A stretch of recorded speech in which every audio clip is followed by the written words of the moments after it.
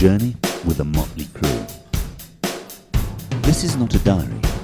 It's a series of unreliable recollections and thoughts from a 6-day trip exploring the backcountry on a Pyrenean mountain tour. One consultant, one design engineer, one garage owner, one helicopter mechanic, one writer, one farmer, 2 doctors and 1 guide, 1 French, 1 American, 3 Scots and 4 English. Their common characteristic, a love of the mountains and advancing middle age. Nobody loves advancing middle age, for all of them are trying to retain the glory of youth with a new adventure.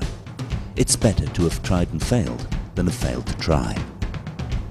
When it comes to skiing, there's a difference between what you dream it's going to be like, the reality of what it's like, and what you tell your friends afterwards.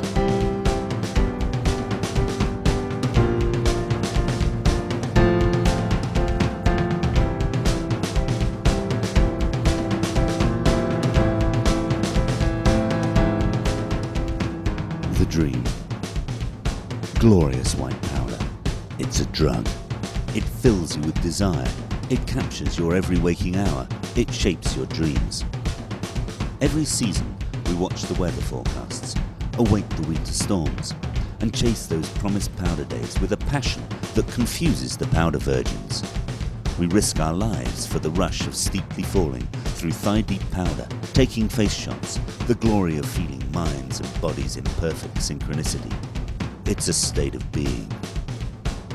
This is the exaltation and bliss of skiing powder. This is what creates those whoops and silly grins you don't see anyplace else. There will never be enough powder in a season. It's addictive and we are the junkies. Surely we'll get some fine powder on this 6-day odyssey. That's the dream. That is what we thought it would be like.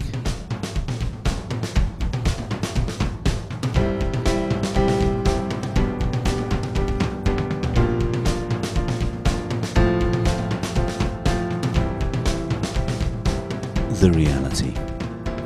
The definition of snow. A form of precipitation that usually occurs 10 days prior to and the morning of your departure from your ski vacation. And so it was. The snow was crusty, icy and hard-packed. The recurring perfect blue skies mocked. The powder lovers bitched. The Scots felt right at home.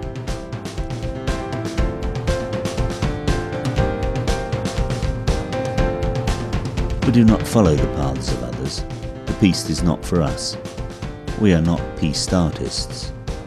No, we create beautiful white snakes in the virgin backcountry.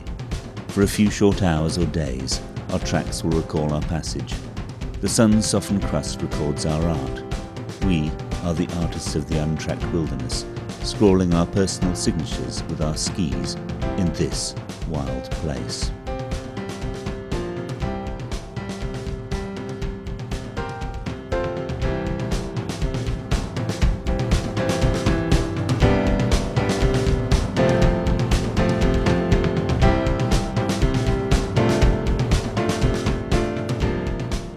We bootpack the conquest of great ridges and peaks for moments of joy. Over too few days, we have escaped the monotony of man-made things, the drab nature of the material world. We took some risks, faced some perils, tested our limits, scared ourselves silly sometimes. The climbs were at times long and arduous.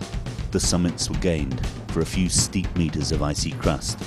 Indeed, we earned every one of our crusty turns, and every now and then, for a couple of 100 meters, 21 seconds of bliss in perfect snow.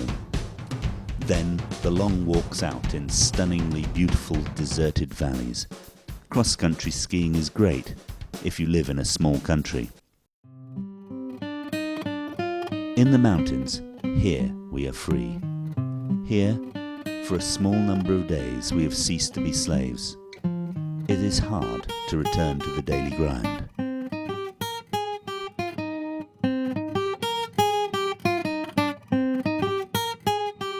Backcountry skiing is an activity that is popular with people who do not feel that regular skiing is lethal enough. I now realise that the small hills you see in the untracked snow at the bottom of ravines are formed around the bodies of 47-year-olds who tried to learn ski touring. More seriously, the untracked experience is fantastic. We travelled fast and free over untouched snow. We followed the lure of peaks and extensive horizons. One slope, one hill, one resort, even one mountain are not enough.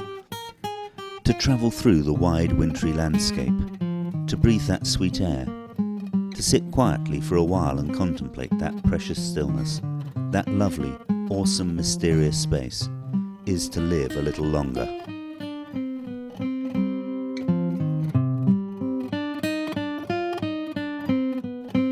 I am left in the end contemplating the words of T.S. Eliot. We shall not cease from exploration, and the end of our exploring will be to arrive where we started and know the place for the first time.